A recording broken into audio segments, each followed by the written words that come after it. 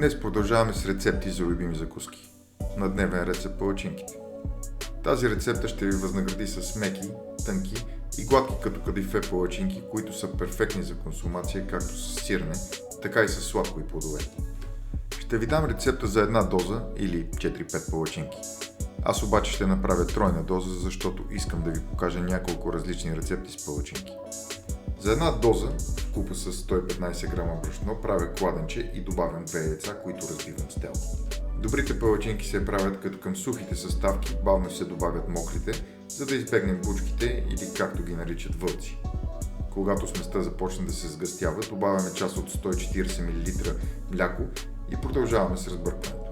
След като сместа поеме всичкото мляко и вече няма останало сухо брашно, добавяме 100-120 мл вода, щипка сол и половин супена лъжица захар. На този етап сместа може да ви се стори твърде течна, но това е очаквано. Както всички рецепти с брашно, пълната му хидратация отнема малко време.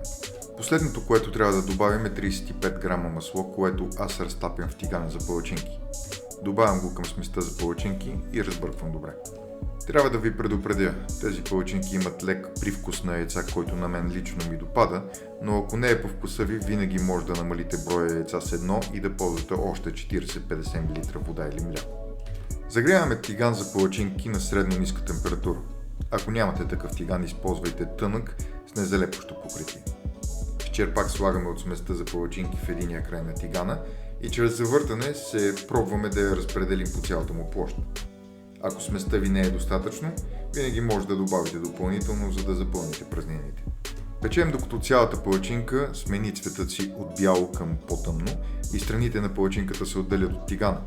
Готови сме да я обърнем в момента, в който тя може свободно да се движи по тигана след разклащане. Използвайте шпатула или с бързо и рязко движение ги подхвърлете във въздуха. Това е изненадващо лесно, просто трябва да действате с увереност и да пазите тавана. Дори след изпичането им, тези палачинки остават меки и сочни. А сега нека си направим едни десертни палачинки с плодове и шоколад. За една обилна порция ще използвам 3 палачинки, 3 ягоди и 1 банан. Поставям ягодите с листата надолу и правя 4-5 прореза почти до самия край. Отварям ги като ветрило. Едната ягода ще декорирам по по-интересен начин.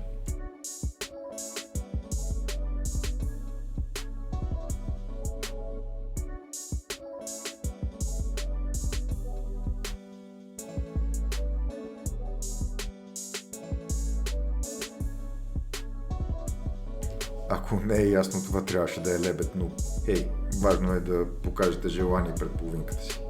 Бананът срязвам по дължина на 3 части. Ще гарнирам палачинките с течен шоколад. Ако и вашият не е в течно състояние, просто го затоплете в фурната на ниска температура за няколко минути. Направете си фуния от хартия за печене, като прещипете върхът.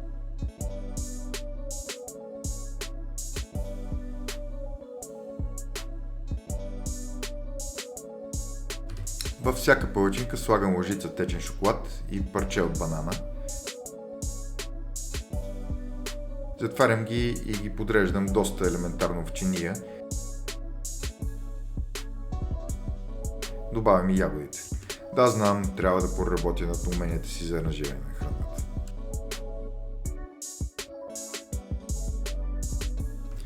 Поръсвам с пудра захар и правя финални декорации с течен шоколад.